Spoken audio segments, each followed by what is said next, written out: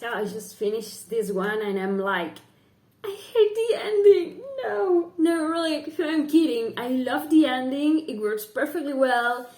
But yeah, I mean, I was suffering towards the end. It's going to be spoiler free, but yeah, I was suffering towards the end because this character, I love that character, and I was like, oh my god, is she going to survive? And it was like, okay, yay! Okay. And we're talking about Her Majesty's Royal Coven by Juno Dawson. She's quite a prolific author, and she has written like non-fictional books that talk about being transgender, what guy really means, and also she has written some fiction books. And I think that this book, it's her first adult book. And I have to say that I completely love this one. As I said at the very beginning, while I was lamenting, yeah, I mean, I love how this book ends, and I hate how this book ends, if that's possible. But I have to say, yeah, I mean, beginning with the cover, which I found amazing, the book is amazing too. We are going to be, it's like so many things about this book to talk about. I'm going to try to keep it brief. I will say it's like an urban fantasy. We're going to have witches living in our nowadays world, and at the very beginning of this book, we have this group of girls who are together. They know that the following day they're going to be taking like this oath. They're going to be like official witches, and they kind of, every one of them sees it in a different way, but the most important thing is that they are together and they see each other as sisters. And the first chapter ends with them taking the oath and beginning this new life. And move forward, when we meet them again, they are grown women, and all of them have moved with life and have had like different experiences. From the first moment in which we meet them to the moment where the actual action happens, two of them have suffered enormous losses. They have lost their husbands, their significant ones, because there has been a war. I'm not going to say much because you are going to be discovering everything while you read the book. And it looks like they have won, but the costs were, a step. And they're all trying to, to recoup their own lives and living in the best way that they can, want, and everything. And I love, the thing that I love most about this book is the characters. As I have said like thousands of times, I'm a character-driven reader. And I have loved to have this middle-aged woman in this book. They are different from each other. They see life in different ways. You have like one of them who is very posh, has very, I kind of hate her. I'm not going to say her name, but if you have read the book, I think you know who I'm talking about. And then we have another one who's married and seems to have like this idyllic life. But as you begin to peek inside, you can begin to see where there is flaws in this idyllic marriage and parenting and everything. And I love Niam.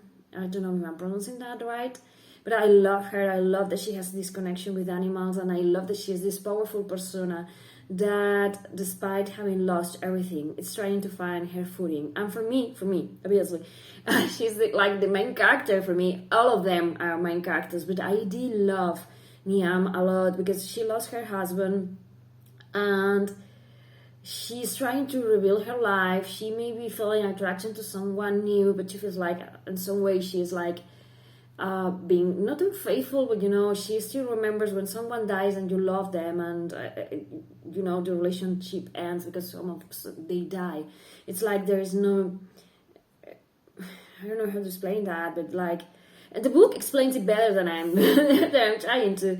If it's like you're betraying them in some way because everything ended in a moment in which everything was perfect. It was like the relationship didn't end because whatever reason, but because something tragic happened, and she wants to keep going on, but at the same time she's like stopping herself. And also her partner knew that she was a witch, and this guy that that she feels something for Dawson. And yeah, it gets muddy.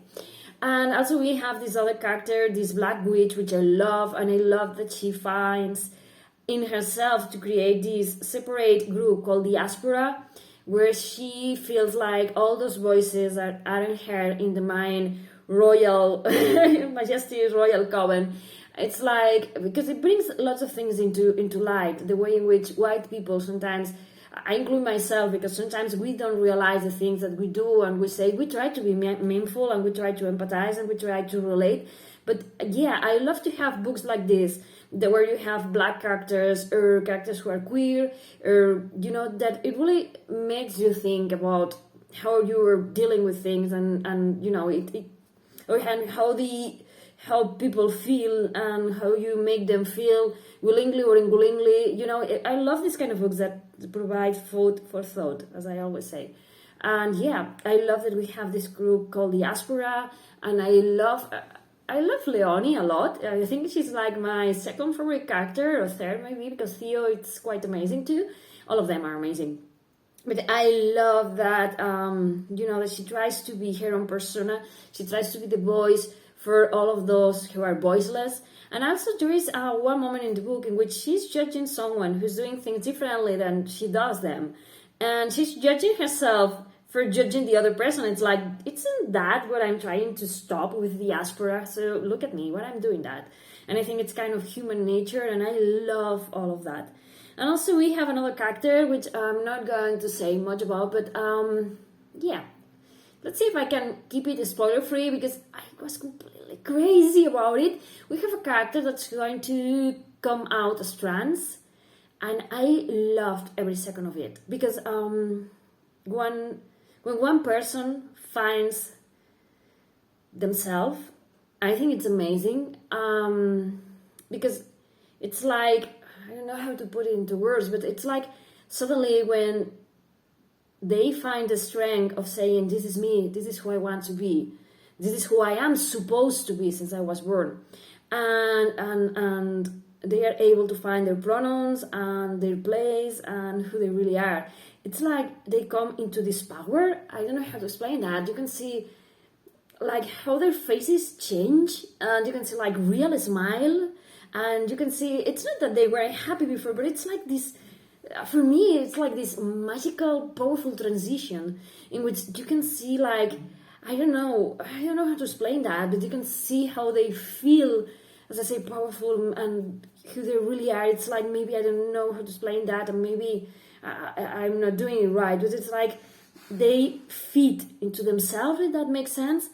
And I love that we have this in this book, that we have this character who finds themselves. And yeah, I'm keeping it like gender free, because I don't want to say, because if I say so many things, you will know which character it is, and I don't want to spoil anything for you. But I love, because you have all of that. You have all that moment in which the character realizes, and it's like, okay, I can embrace myself for who am I. But I also love that being trans allows that character to expand their abilities, and to be more powerful, not only because they have found who they are, but because finding who they are allows them to be like this amazing, powerful, let's say, magicians, to keep it spoiler free. And I love that. For me, that was very powerful, because it was like the power of accepting themselves, finding who they really are, and then the real power that they can command because of that, and the ability of being like, my mind, it's no longer as troubled as it was before, and it allows me to come into terms about who am I and about my magical abilities. And I did love that. For me, that was like a turning point in the book, and I did love that so much, because we're going to have lots of queer characters in this book. We're going to have all kinds of representation, and I have to say that I completely love this one. And having characters who hate trans people in this book also made me think about how trans people might feel. Obviously, I had already thought about these things, but I didn't know why this book talked to me in such a powerful way. I mean, I love it.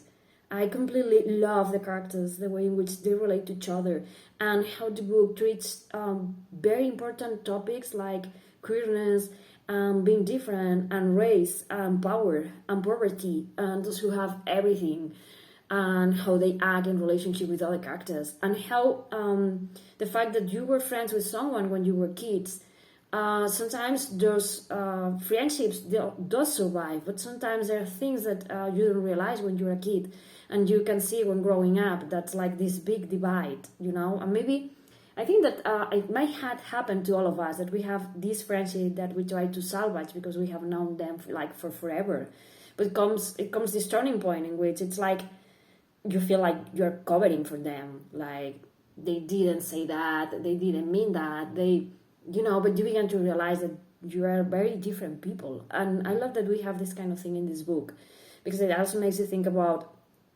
human imperfection, that sometimes we are not perfect, or maybe we are just okay as we are. Probably no, we are okay as we are. And sometimes we are trying to force situations and relationships and friendships that simply are not working. I mean, wow, I could be talking about this book like all day. Yeah, what is this book about? I didn't say. We have this bunch of witches who are amazing characters, very, very well rounded. The plot, it's fucking amazing. And yeah, they did survive a war. Something happened. There's demons involved. There is lots of fight, and they are surviving with the scars that war brought to them. And it seems like there's this prophecy in which this war is going to have like a second part. There's going to be something called the Sullied Child, and this child looks to be Theo, a kid who has been like kind of kidnapped to kind of avoid the prophecy. But one of the witches is going to, offer to train this kid and see if she can help figure out if that kid is going to be, the one that's going to unleash the prophecy. And yeah, I'm not going to say much more about that. This book is brilliant. I mean, I'm completely amazed at everything in it. The characters are amazing, and all the topics that this book covers are amazing. Like second chances in life when you have lost someone you love, family, the real family that you have, daughter's sons, and accepting them and being completely honest with them and saying, hey, this is who you are, this is where you come from, and also the family you found. And also being able to find yourself, queerness. I love the representation this book has. Also, like as I say, about race, about finding your own voice, finding your own space in this world, being able to find who you really are, and accept yourself, and finding your coven. Yeah, I don't know. Pick this one up because it's amazing. If you like witches, you're going to love this one. If you like amazing plots, you're going to love this one. If you like characters who are so fully fleshed that you're going to love them, pick this one up. And if you like books that give you lots of things to think about, pick this one up because it's amazing. 5 stars for me. Over 5. Yeah, thank you for watching. Bye. And forget for the lighting, but it's been raining, and yeah, I'm sorry. It is what it is. Thank you for watching. Bye.